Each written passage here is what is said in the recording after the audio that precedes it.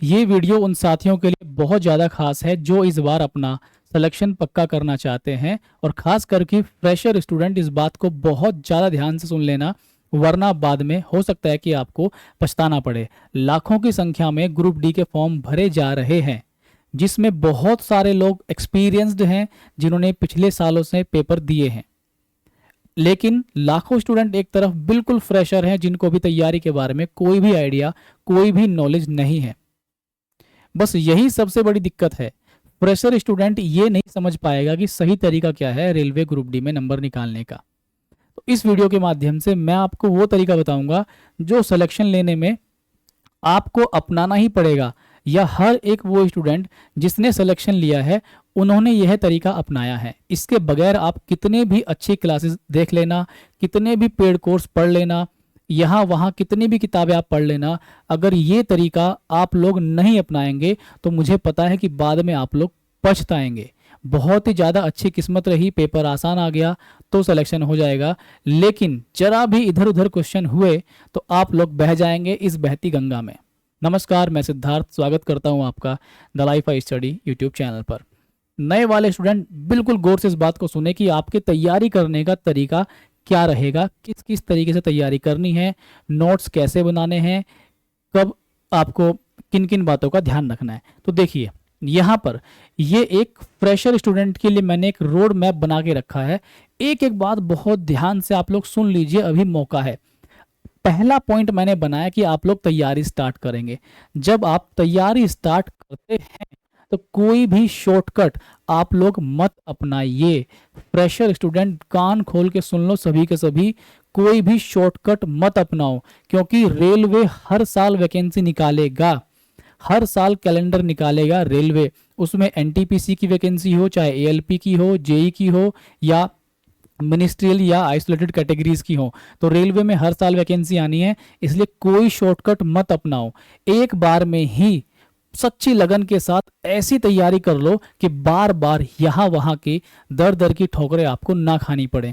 तो आप स्टार्ट करते हो अपनी तैयारी, उसके साथ आपको क्या करना है, नोट्स बना के चलने हैं। सभी सब्जेक्ट के अपने हाथ से आपको नोट्स बना के चलने हैं। आपका खुद का तैयार किया गया नोट्स आपको बहुत अच्छे से समझ में आता है, आपका माइंड का कनेक्शन उस पर ज़्यादा रहता है। तो आपको नोट्स बनाने हैं, हैंडमेड होंगे नोट्स, और रिवीजन आपको उन नोट्स का लगातार करना है। रिवीजन के ऊपर सेपरेट स्ट्रेटेजी मैं आपको बताऊंगा। तो आपको हर सब्जेक्ट के सेपरेट नोट्स बना के चलने हैं। अब नोट्स कैसे बनाएंगे, कहाँ पढ़ेंगे, वो सब चीज़ बता देता हूं।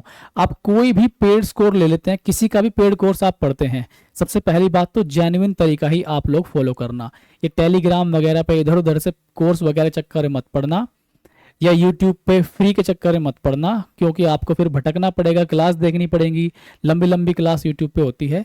किसी भी एक अच्छे संस्थान का पेड कोर्स आप ले लेना, वहां से तैयारी करना। दोस्तों एक बात मैं आपको बता दूं, यूट्यूब की क्लास और पेड क्लास में धरती आसमान का फर्क होता है, ये बात आप लोग जान लो। तो कोई अच्छा सा पेड कोर्स ले लेना, ज़्यादा महंगे नहीं आ रहे, एक पिज्ज़ा की कॉस्ट में पेड कोर्स आपको आज के टाइम में मिल जाते हैं। अगर आप वो भी अफोर्ड नहीं कर सकते तो मुझे नहीं लगता कि आप तैयारी के लिए सीरियस हैं। उससे महंगे तो फ़ोन के रिचार्ज हो रहे हैं, मंथली वाले और 3 महीने वाले। इतने में आपको सरकारी नौकरी मिल जाती है सही तरह से अगर आप लोग पढ़ लें तो। पेड कोर्स किसी का भी आप ले लेना, जो भी आपको बेस्ट लगता है, उस पेड कोर्स के आधार पर ही आप हर सब्जेक्ट के नोट्स तैयार करते रहना और उनका लगातार रिवीजन करते रहना। अब आपने पॉइंट नंबर 2 पे आ गए, आपने तैयारी स्टार्ट की और सभी सिलेबस आपने कंप्लीट कर लिया, सारे सब्जेक्ट आपने पढ़ के रख दिए, एक एक नोट्स बना के आपने रख दिए। अब रखे हुए नोट्स का लगातार आपको रिवीजन करते रहना है। फिर हम लोग आ गए, आपका सिलेबस कंप्लीट हो गया, उसके बाद आपको सभी प्रीवियस ईयर याद कर लेने हैं, चाहे वो साइंस के हों, physics chemistry biology history economy politics geography, कुछ भी हो याद कर लेना। मैथमेटिक्स रीजनिंग की प्रैक्टिस कर लेना, प्रीवियस ईयर के जितने भी क्वेश्चन है टोटल प्रैक्टिस मारना दबा के। जब आपने प्रैक्टिस कर ली, प्रीवियस ईयर सारे लगा लिया आपने, आप आना फुल मॉक पर। फुल मॉक टेस्ट का मतलब है कि आप वैसे ही बैठ करके ऑनलाइन पेपर देना जैसे आपका फाइनल एग्जामिनेशन होगा। वो आप लोग सिस्टम पर बैठ के दीजिएगा, आपके पास लैपटॉप होना चाहिए, लैपटॉप पर आप लोग बैठ के उसी तरीके से फुल मॉक टेस्ट लगाना। फुल मॉक टेस्ट आप जब लगाओगे तो आप रियलाइज करोगे कि यार मैंने बहुत अच्छी तैयारी की है लेकिन मेरा टाइम मैनेजमेंट नहीं हो पा रहा है। क्वेश्चन मुझसे बन भी रहे हैं लेकिन मैं too much of time waste कर रहा हूं कैलकुलेशन में, या मुझे कंफ्यूजन बन रहे हैं, आए हुए प्रश्न जो आपने पढ़े वो भी आपसे गलत हो जा रहे हैं। तो ये फुल मॉक आपको आईना दिखाएगा। ये मैं हमेशा कहता हूं कि मॉक टेस्ट लगाना एक आईने के समान है। वो आपको आपका असली चेहरा दिखाएगा कि अभी आप कितने पानी में हैं। तो जब आप मॉक टेस्ट लगाओगे तो आपकी कमजोरियों का आपको लगातार पता चलता रहेगा। तो उसका आपको लगातार क्या करना है, एनालिसिस करना है, विश्लेषण। आपने एक मॉक टेस्ट लगाया तो उसका आप विश्लेषण करेंगे कि यार इस मॉक टेस्ट में कौन से सब्जेक्ट में किस टॉपिक में मुझे हर बार सबसे ज्यादा प्रॉब्लम आ रही है। अगर विश्लेषण नहीं करोगे तो मॉक टेस्ट लगाना आपका बेकार है। कहने का मतलब जो खराबियां, जो कमजोरियां आपकी तैयारी में रहेंगी उन पर लगातार आपको काम करना है। मान लीजिए आपका टाइम एंड वर्क में बार बार क्वेश्चन गलत हो जा रहा है, या टाइम एंड वर्क का कोई किसी खास तरह का क्वेश्चन आपका हर बार गलत हो रहा है, या आप उसमें टाइम ज़्यादा लगा रहे हैं। इसका मतलब आपको उस पर मेहनत करने की ज़रूरत है, काम करने की ज़रूरत है। मान लीजिए सिंधु सभ्यता से आपके क्वेश्चन गलत हो जा रहे हैं तो आपको उस टॉपिक को अच्छे से रिवाइज, रिकॉल करने की ज़रूरत है। तो फुल मॉक लगाओगे तो आप लोग दबा के एनालिसिस करना, और ये प्रोसेस आपका अप टिल सिलेक्शन चलता रहना चाहिए। जब तक आपका सिलेक्शन ना हो तो ये मॉक टेस्ट वाली टेक्निक आपकी रुकनी नहीं चाहिए। आपने मॉक टेस्ट लगाए, एनालिसिस कर लिया, आप धीरे धीरे देखेंगे कि आपका स्कोर बढ़ रहा है।